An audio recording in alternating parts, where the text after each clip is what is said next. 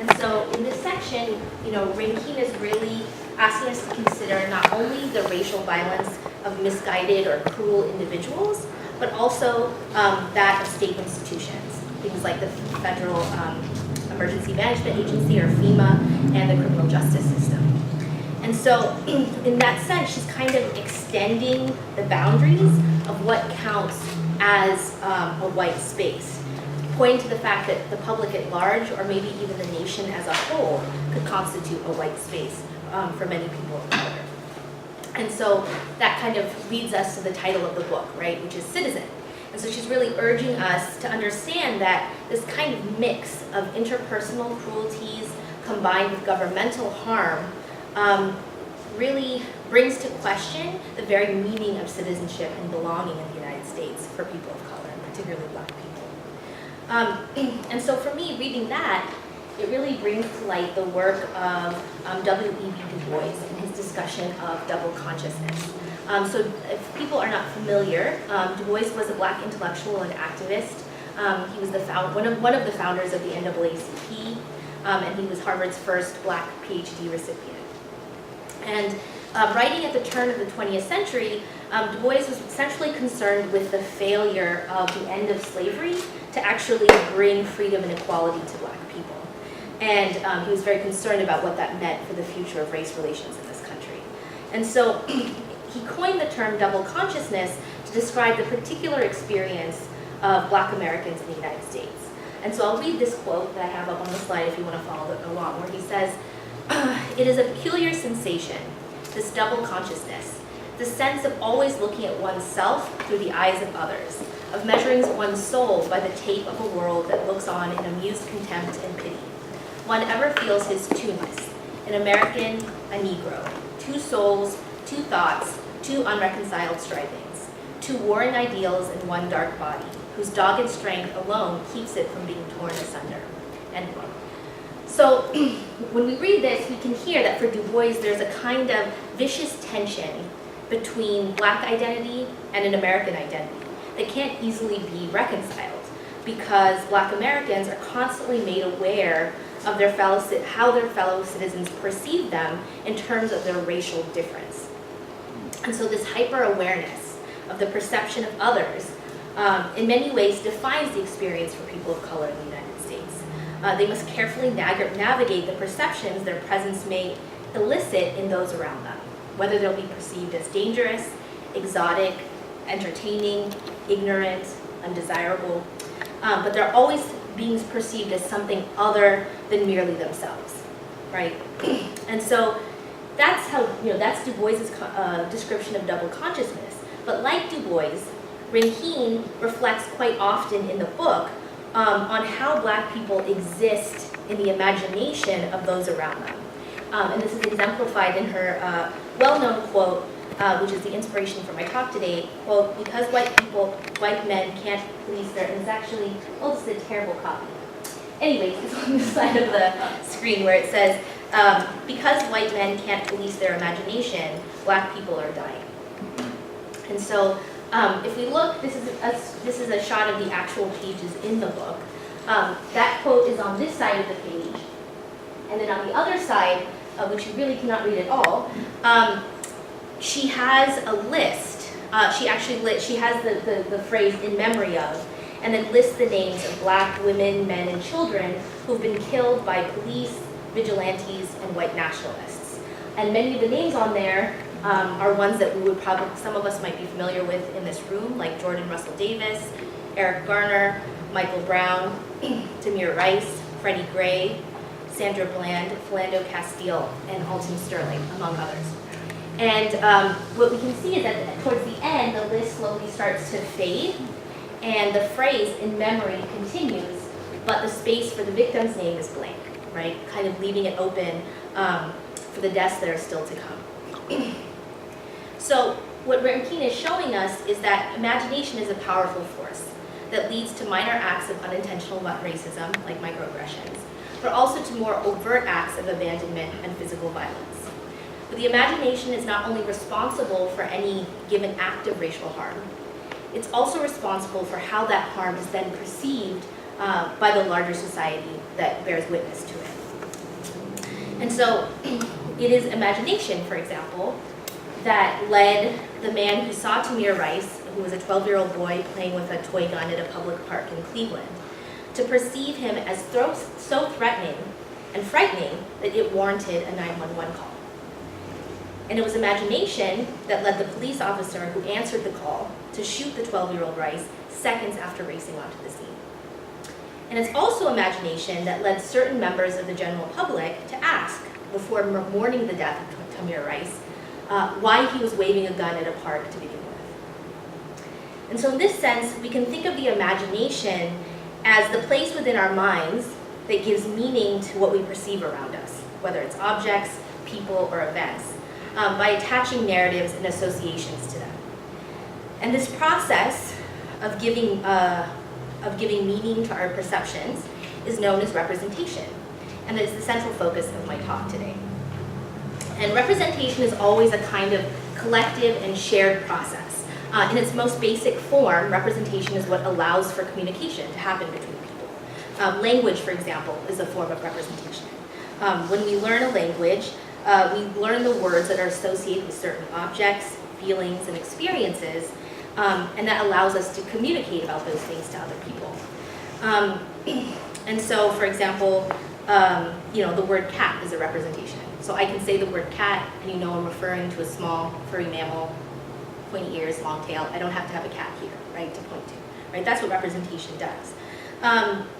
And representation doesn't just operate through words, actually. It operates through a variety of signs and symbols that people in a shared culture can recognize and derive meaning from. So, for example, if we look at these two advertisements, we can tell that even if we don't look at, for example, the brand names, which I blacked out, or if we don't look at the price tags of the clothing that's being sold in each of these photos, we know that this is an advertisement for a very high-end luxury brand or items, and that this is an advertisement for more low-end practical goods, right? I think we can all discern that pretty easily. And it's because of things like the lighting that's used, the poses that the models are in, and also the color schemes, right? Rich jewel tones here, very bright primary colors there. And this is really another way in which representation works, right? That we derive, that we basically have kind of embedded in us from living in a society where we're constantly bombarded, for example, with advertising images, the ability to read them, right? And this process is usually unconscious, right? We're not thinking about what we're doing, we just do it automatically. And so it's something that we basically absorb by living in any given society, and that's what gives us a shared culture to be able to communicate with each other. And part of how that works, how representations like this become meaningful, is precisely because they're repeated, often over and over again, but through powerful institutions. We see them and hear them in our schools, in things like public policy, but also, of course, in things like the media, whether it's the news, television, film, and advertisements, which we're all bombarded with constantly. But of course, when we move from talking not so much about selling consumer goods, but representations of racial and ethnic difference, the process of representation becomes more complicated and its relationship to power more clear. Because the representation of people of African, Asian, and Indigenous American descent are rooted also in the history of colonialism and slavery. So representation was actually crucial to the process of occupying and settling foreign lands, extracting raw materials from those lands, and enslaving local populations. By representing these places as uncharted territories with backwards cultures, barbaric people, and wasted resources, Europeans and later American colonizers were able to justify their actions as merely the inevitable progress of a civilized people over fundamentally different and inferior races. And so colonial projects actually devoted a great deal of time and resources to studying the people that they were colonizing. They would craft narratives about who they were and disseminate those narratives through a wide variety of different mediums. So for example, you could see it in something like a science or history book, right? These are the different races of the world, this is what they're like, this is how they're different from each other, and particularly how they differ from whiteness. But you also saw it disseminated through more popular forms, things like advertisements, right? This is an advertisement for Paris soap from the 19th century. And also through things like postcards, things that people would buy and trade with each other or mail to each other, right? These were all depictions of colonialism, all ways in which people who were living in Europe and the United States could come to understand not only what the colonial project was about, but who these people that they were colonizing were. And so, in this sense, we can see that not everyone has equal access to the power to represent others and to represent themselves. And to have those, and not only to represent yourself, but to actually have those representations widely circulated, adopted by powerful institutions, and repeated over and over again until they come to fundamentally shape our imaginations. And another thing about representation that I think speaks to, that's important to understand, is that it's always referential, right? So nothing we perceive simply stands on its own. To make sense of it, we actually have to contextualize it within the categories, concepts, and narratives that already exist in our imagination, right? So I can look at something like a cup and know that it's a cup because I've seen them before, I've seen different types of cups, what have you. But when we go to these kinds of racial representations, it kind of reminds us that the historical roots of the representation of people of color are not really incidental to present day representations that we see in media and popular culture. They're actually foundational and fundamental, even when we're not conscious of the fact that that's what's going on. It is still what's going on. And it's, in fact, precisely this kind of unconscious and ingrained nature of these representations and the meanings we attach to them that makes them so powerful, because they feel like second nature. It doesn't feel like we're engaged in an exercise of power and violence in any way. And I think a really good example for understanding the referential nature of representation, how it's always referring back to previous images, is a figure like Serena Williams, right? So she's talked about at length in Rankine's book. She devotes many chapters to her. Most of us here probably know that Serena Williams is a renowned tennis champion, and she's one of the first Black women athletes to not only join the sport, which she did with her sister Venus, but basically to dominate it completely. And Rankine talks a great deal. She recounts the numerous incidents of racism that Williams has faced as an athlete, right, at the hands of umpires, tennis audiences, but also in the media.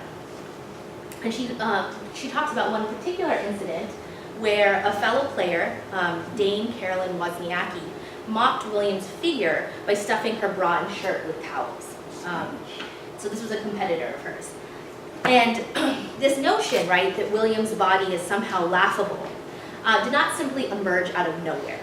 Instead, what Wozniacki is doing, very likely unconsciously, is drawing from the long history of depictions of Black women's bodies as somehow abnormal and freakish in Euro-American science and popular culture. And this is a history that includes figures, it includes people like it includes incidents like the exploitation of this woman, Sarah Baartman, who was an indigenous woman from South Africa, who was put on display around Europe in the early 19th century, in museums and also in freak shows. Scientists and the general public came to gawk at her naked body, particularly her buttocks, that were an object of both cruel fascination and mockery. And she was referred to sometimes as the Black Venus or the Hottentot Venus.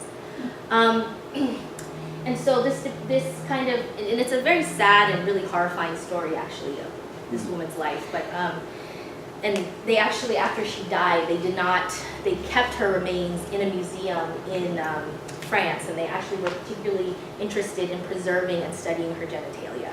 And it was only in the early 2000s, 2008 actually, that pretty quickly after South Africa achieved independence, right, after the end of apartheid, they immediately started pushing the French government to return her remains. And it was only in 2008 that they finally agreed to do so, and they gave her a state funeral in South Africa, in the region where she was from. Of course, we don't actually know the name that she was born with, or exactly where she was from.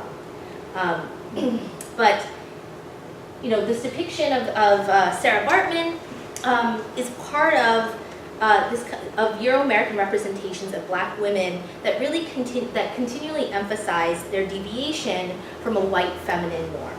So they were depicted as having outlandish bodies, uncontrollable sex lives, stunted maternal instincts, and less sensitivity to physical harm.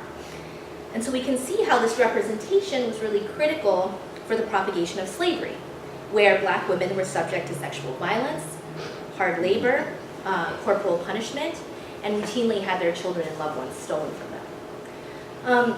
And so it's Sarah Baartman and the racist representation of Black women that's the historical referent that Wozniacki is making, and really likely does not even realize that she's making. And we see these historical reverberations over and over again. Every time, really, that we see the fetishization and fixation on Black and other women of color's bodies, particularly their butts, in popular culture. So for example, if we look at this image, you know, in 2014, in Paper Magazine, a French photographer did a photo shoot, his name was Jean-Paul Gaud, with Kim Kardashian West, right? Who's very well known for, as they say, her most famous asset, which is her butt.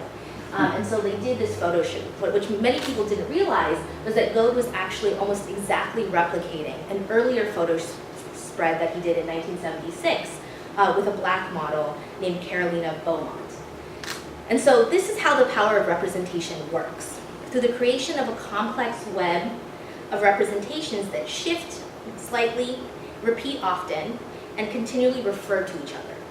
In this case, we see the repetition of this fixation on Black women's anatomy as a marker of inferiority and racial difference, that from the times of slavery has become so pervasive in our culture that it provides the context for how a world-class athlete like Serena Williams can be reduced to no more than a butt, as they say, of a tired old racial joke. And so when we think about representation in this way, we can understand why someone like this British Jamaican theorist, Stuart Hall, who's very deeply interested in issues of race and racism, emphasizes the power of representation to commit what he calls symbolic violence. And that this kind of symbolic violence, this violence at the level of representation, he argues is actually essential to make more coercive and overt forms of physical violence and exploitation possible, that you actually need both. And so if we return then to this horrible slide, I apologize, to the litany of Black murder victims that Rankine documents in her book, I think what most of us maybe understand is what's perhaps cruelest and most dehumanizing about these deaths is the refusal for many of the people listed here to actually be seen as victims. This is exemplified in the fact that most of the people listed here, their killers did not receive any kind of criminal punishment. And more often than not, the killing of Black people, particularly men and boys, is excused through these narratives of fear. And in fact, murder is seen as legally excusable if the perpetrator is believed to have legitimately feared for their life. And so this threshold, and of course that threshold becomes even lower for police officers who are perceived to routinely be putting their lives on the line for public safety. And so the question then that's asked in all these cases of judges, jurors, and the general public who bears witness is, was the force used by these killers in self-defense and therefore justified? Would any reasonable person in the same situation have done the same thing? But what we're not asking, right, is why we're so quick to fear Black people, and particularly Black men, in the first place. To such a degree, in fact, that something like a toy gun in the hands of a 12-year-old Black child is perceived in our imagination as some kind of an imminent threat. And you know, again, we have to go back to the history of representation of Black violence and criminality that certainly began in the days of slavery, but actually became even more significant in the wake of emancipation, after the end of slavery, where Southern whites sought to justify Jim Crow segregation and the fact that they were enforcing that segregation through police and vigilante violence. And so the narrative that was created by many Southern whites was to say that they were simply trying to defend themselves against a massive population of free Black people who were not only uncivilized and foolish, but also bent on exacting revenge on their former slave masters and other whites by seizing their property, physically assaulting them, and most particularly sexually assaulting and raping white women. And so perhaps the kind of pinnacle of this type of representation of black masculinity came in the form of the 1915 film Birth of a Nation. So this film is a silent film. It was screened for President Woodrow Wilson in the White House when it was first released. Many people who are, filmmakers or study film will probably know that this film is very well known and sort of lauded for its filmic techniques. It was on the cutting edge of filmmaking. It was very inspirational for the films that came after. And the film tells the story of the Civil War and its aftermath from the perspective of a white Confederate soldier and his family. And the climax of the film, and we have a screenshot of it here, is that after the South's defeat, a black Union soldier tries to rape the protagonist's younger sister, resulting in her committing suicide.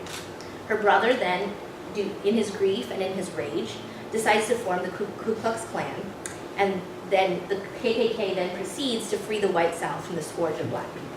That's the narrative. It's based on a novel that's actually called The Klansman. At the time, when the film was released in 1915, the NAACP protested at screenings of Birth of a Nation all over the country.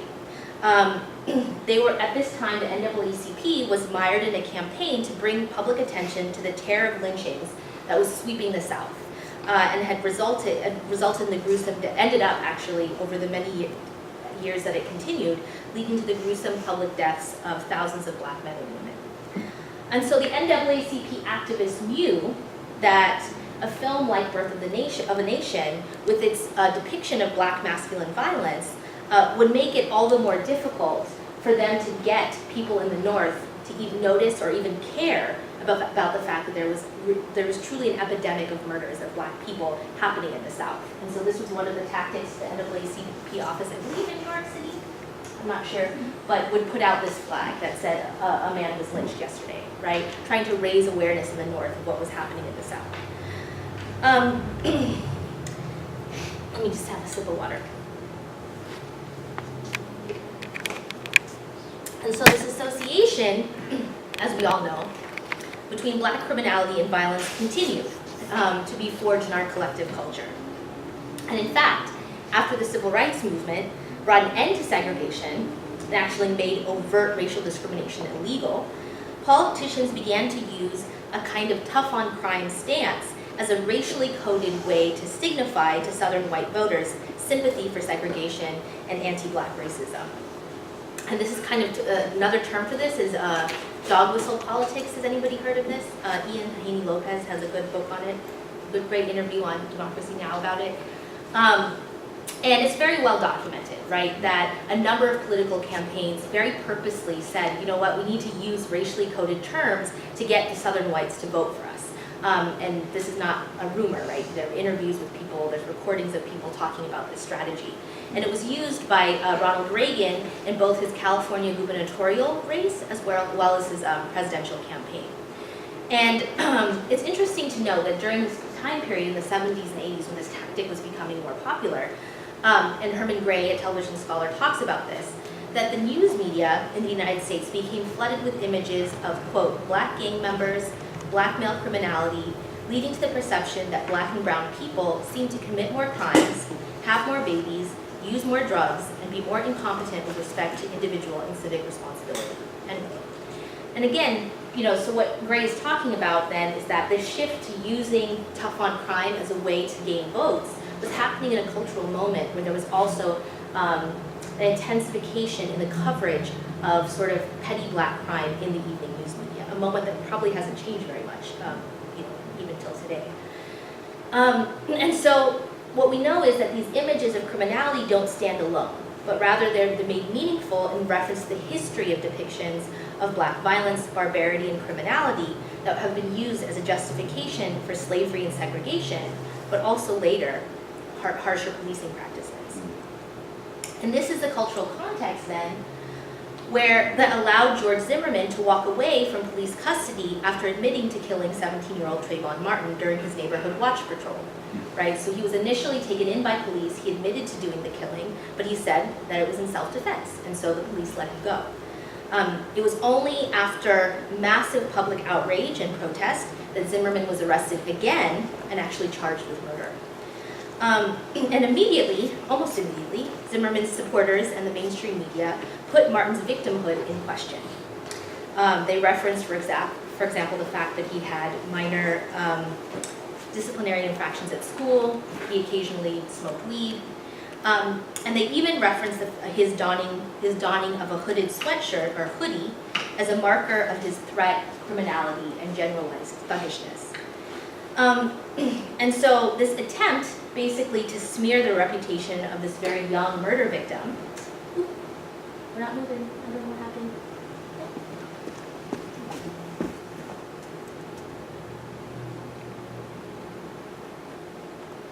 Thank you. Set off an online protest where people all over the country and really the world, including some notable celebrities like Muhammad Ali is there, the Miami Heat as a number of basketball players from that team, actually posed and took photos of themselves in hoodies.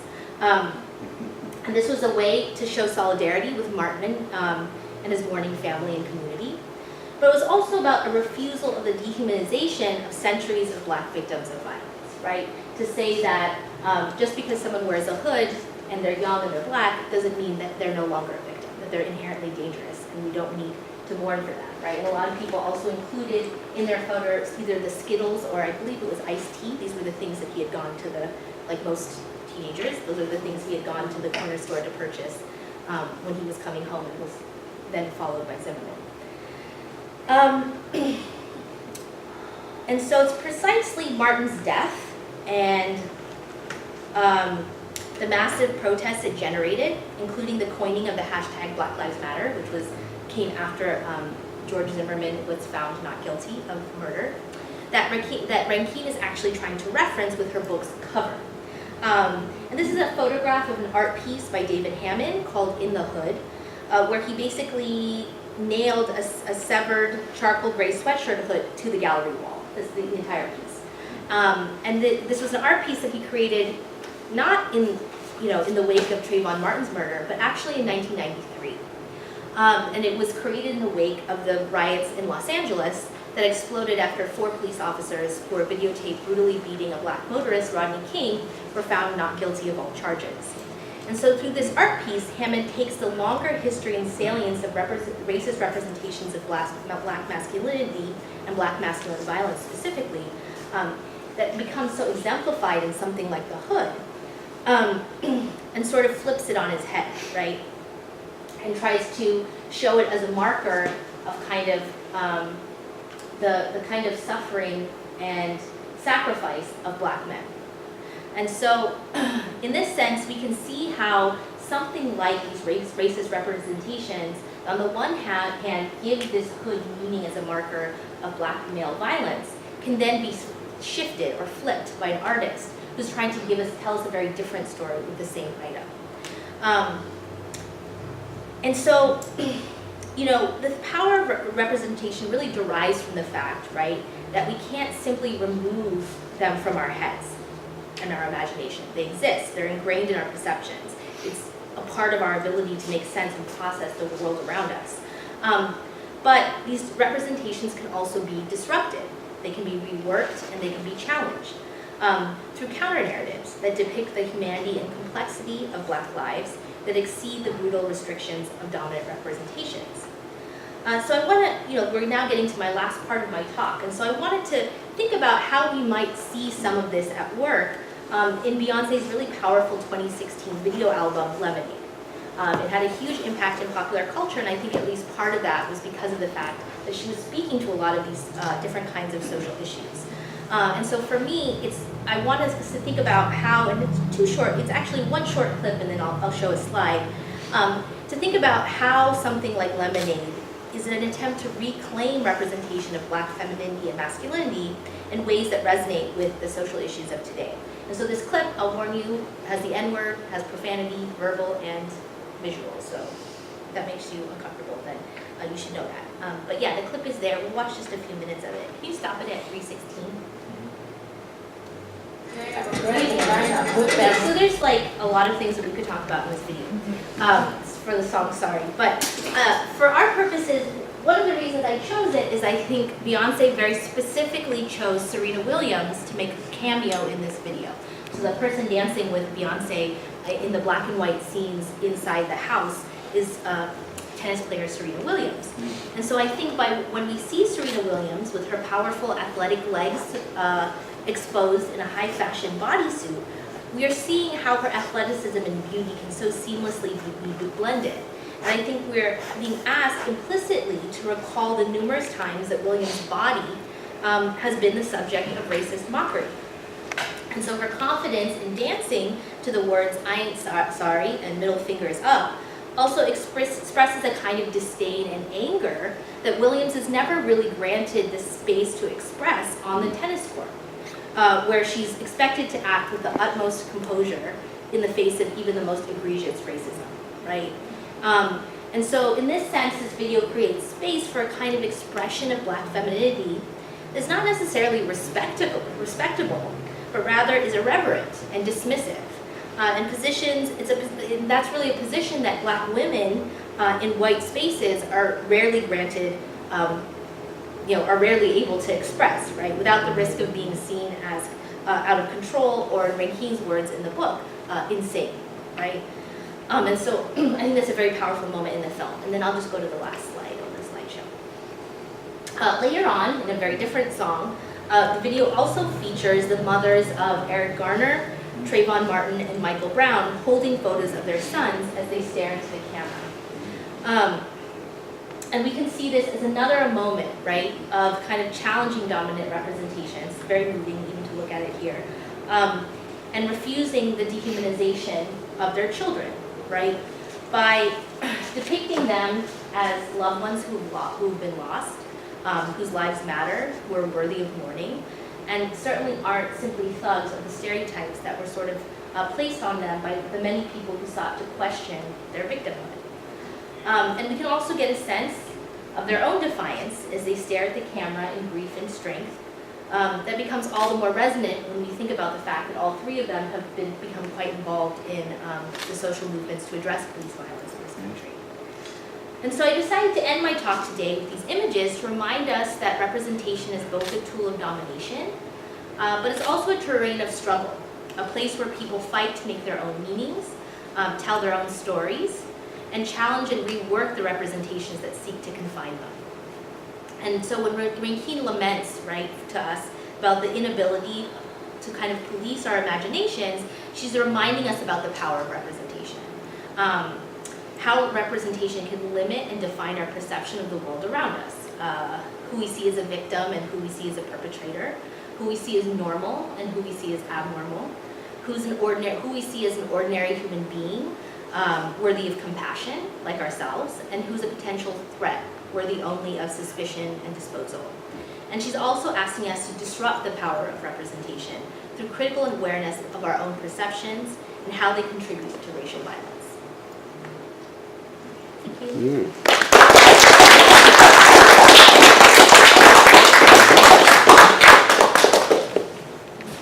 Okay, so I'm happy to take any questions or comments if you guys have them.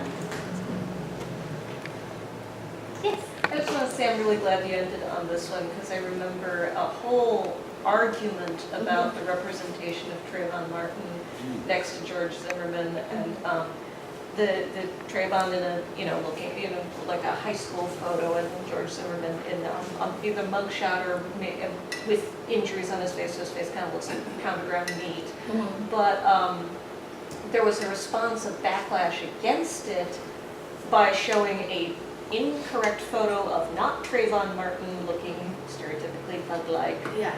And then a work photo of George Zimmerman. It was kind of both sad and ironic that we're using that where someone is arguing against the representation of George Zimmerman by doing the same thing, if not worse, to Trayvon Martin in return, without even the picture of him. Like, this was not him. This is very clearly not him. So I love these pictures. I mean, they're so. They're a lot more they're really a lot what people have on their own walls and their own kids. So I think that was a particularly nice one to show those, because who doesn't have the Midori graduation photo of their kids? And I think that was like the point, right? Is to show them. Certainly, Eric Garner was an adult man, but also, but especially with Michael Brown and Trayvon Martin, to depict them as kids, as children, right? So there's a lot of different, whether it's a sociological perspective or a more literary, cultural studies perspective, there's a lot of discussion about how frequently Black children, are both girls and boys, are perceived to be much older than they actually are. That they aren't sort of given the opportunity to live and exist as children, right? So I think this is really important because you're exactly right. It's like the family photo, something that any parent would have of their kid. Yeah. I just wanted to say that I think it's really important the way we talk focuses on imagination and how by growing up in this society, we are encouraged very strongly, although not always clearly ideologically, but we're encouraged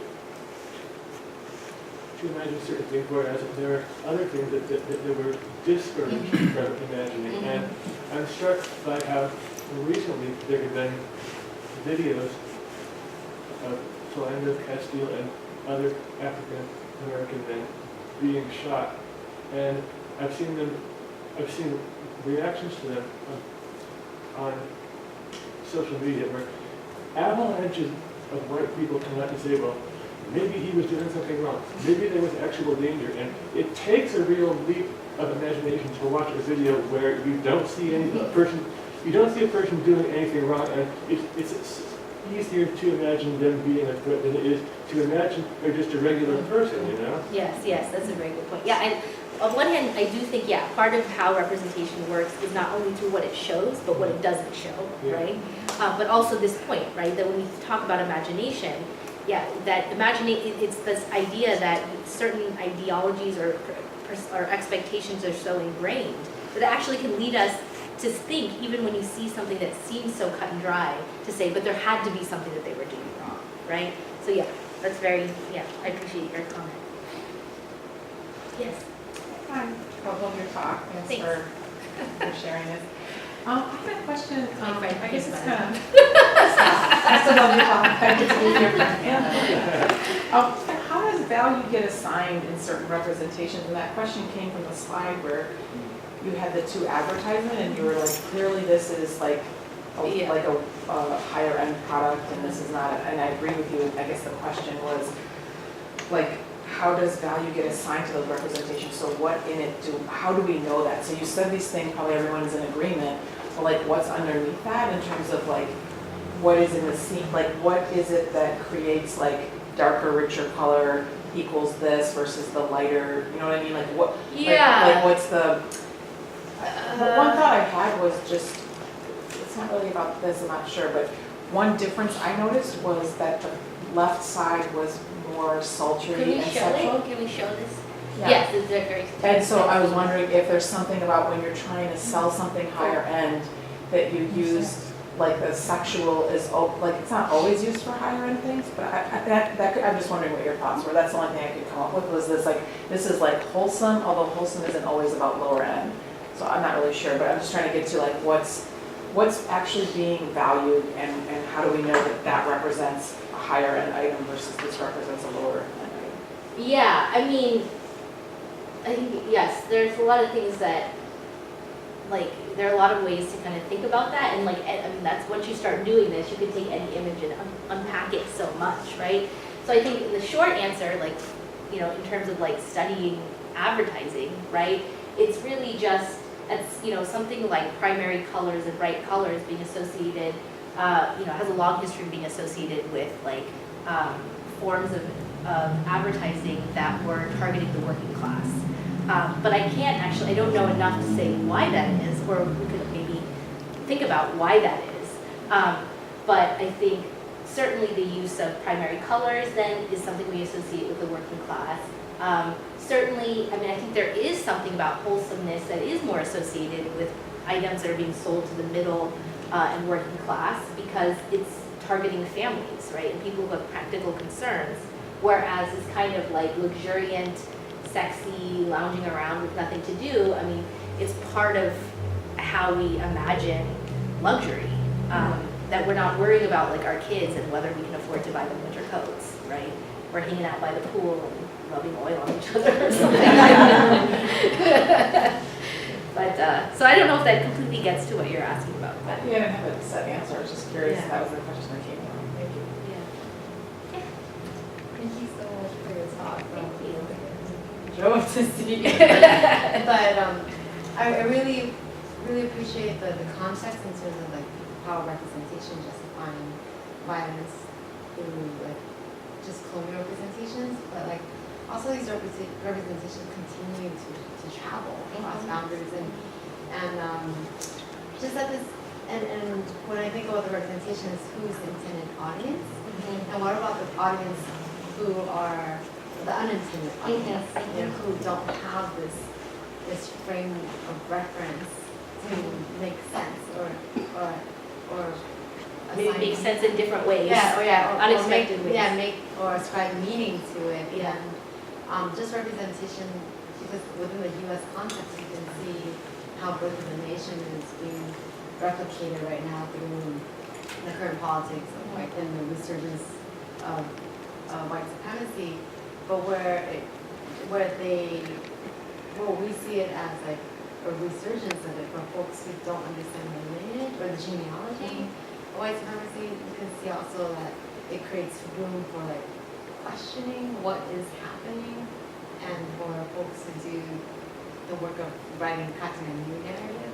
And I'm thinking particularly for like immigrants and refugees and seeing like, I thought that this was America and here's another meaning of America and what's happening and because I think folks on leftists of color or racial theorists can trace that genealogy and yet their explanation might not necessarily make sense for someone who doesn't have that frame of reference. So I just find it really interesting, like in terms of who can participate in the construction and contestation of meaning and the possibilities of having different dialogue. I mean, I think maybe I'm not quite fully understanding your point, but yeah, I mean, but part of I think how representation works is you don't have to be an immigrant or a refugee, right? Most people don't know anything about Birth of a Nation as a film, right? Or if they saw that image of Kim Kardashian, they're not at all contextualizing it within this history, right? That's where it gets its power from, and I think you're right that if we want to be able to contest it, I mean, at least part of it is knowledge and education, right? Being able to understand that history and trace that genealogy. Because otherwise we experience them as just sort of like, oh, this is just interesting and sexy, or like, what do you mean? Kim Kardashian does have a nice butt, right? That's fine, but it's that fascination, that fixation has a history behind it, right? But I think it works because most people aren't necessarily aware of that or super conscious of it. Does that? Yeah, it's like it's very rich, so many layers. Yeah, absolutely. And then like there's a moment where images come together and you don't know what's happening. Yeah. So there's subconscious. Yeah. And in terms of the cognitive map that we all float around in. Yeah. And then there's that moment where like, how do you make sense of this if we're not trained, you know, by the media to see this in our lifetime or something. Yeah. It's very fascinating. Someone had asked how this all came to be, how did it all Yeah. come this way. And I think there are a lot of factors we have to think about. We have to think about how the technology has changed over time to really bombard us with images that 50 years ago we didn't see all these images. And so it's completely different kinds of reaching into our subconscious and going very deeply into us and brainwashing us. And humans are very susceptible to information. And if we don't have filters, we don't have teachers, we don't have education, we just take it in. We have no way to know what's actually being done to us. And I think the human brain also, they've just done some studies now, our unconscious wants to be happy. So it constructs a world that we see ourselves in that isn't as horrible as the one we actually live in. And we have to do that to be able to survive. And I think all of this is part of making it, cutting it part of it off of our consciousness of what's really happening, that these are real narratives that are really getting us to conform in certain ways and behave in certain ways that may or may not be what we want, may or may not be good, but if we don't think about them, we aren't educated about them, we just continue in those patterns, generation after generation. And I think the interesting thing, like in the slide where it shows all the different like colonial objects from the colonial era. So yeah, I think there's something definitely worth paying attention to about different media and media forms and technology and how that impacts the work they do. But I also think that it's true that this isn't something that's only emerged with like television and more advanced technology, right? That this was happening through, photography was another moment where we see technology creating new space for these kinds of racialized representations. But prior to that, it was happening through illustration, right? And so, and that there was a kind of bombarding that was happening that was very different, right? So one of my favorite books is called Imperial Leather, and it's about there's a section where she talks specifically about how advertisements and on very common everyday items like soap started to become the way in which, started to depict colonialism more and more and more. And the idea was that they wanted not just like the people who were in the government, people who were leading the military, people who were historians and the elites to be engaged with thinking about colonialism. They wanted ordinary citizens to feel like they were invested in the colonial project. And so the way to do that was to have them be able to see images of racial difference and like white supremacy in their everyday lives, in things that they would have in their homes, like a bar of soap or a tin of powder. And so, in a sense, in a consumer economy, which was already established in Europe and certainly Britain at that time, that bombardment came through these kinds of consumer goods as opposed to coming through something like television. But yeah, always the technology, how it operates, does also influence how we can analyze what's happening with these images, for sure. Yeah. I think you made a point like really quickly, and I think this seems really relevant to this. It's just that like you said something like people have varying levels of power and influence and ability to create images and narratives that become dominant. I think that's really important. So it's not just some kind of like neutral like technology thing. It's like who has access to those technology? Who has, what are the interests being served by the people who have these soap companies? And like, why are they aligned with this? Because of connections to like wealth and power. Yeah, absolutely. It's not just a neutral thing. People have totally different access to. Some people have means, and some people have corporations. It's totally different. Yeah, exactly. And how many people are going to see them? There's like some minor hope that it might go viral, but otherwise, yeah. No, absolutely, that's true. And people talk about that a lot in cinema studies, particularly, right? Because filmmaking technology is so expensive. So even a low-budget film costs thousands and thousands of dollars. So if we want to have sort of counter-narratives in film, it's very, very difficult because the people who want to tell those stories probably don't have access to the resources to get that equipment and do those narratives, right? Create those narratives. I mean, it happens, right? But it's extraordinarily difficult. Do you have a question? When I came here, I'm from Louisiana, and it's a trip because like the different ways of life, I grew up around here, and I'm seeing how I was supposed to be, and I played because my mother kept me in a world of playing and going to school. Yeah. Now, what you have done actually is what this place is waiting for. Racism, what the truth about it.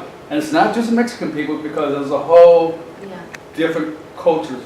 Okay, but the foundation was built on slaverism, like these pictures right here. It'll make it seem like this person's not worth anything. He doesn't know anything. Trayvon Martin, like having on a hood. Come on.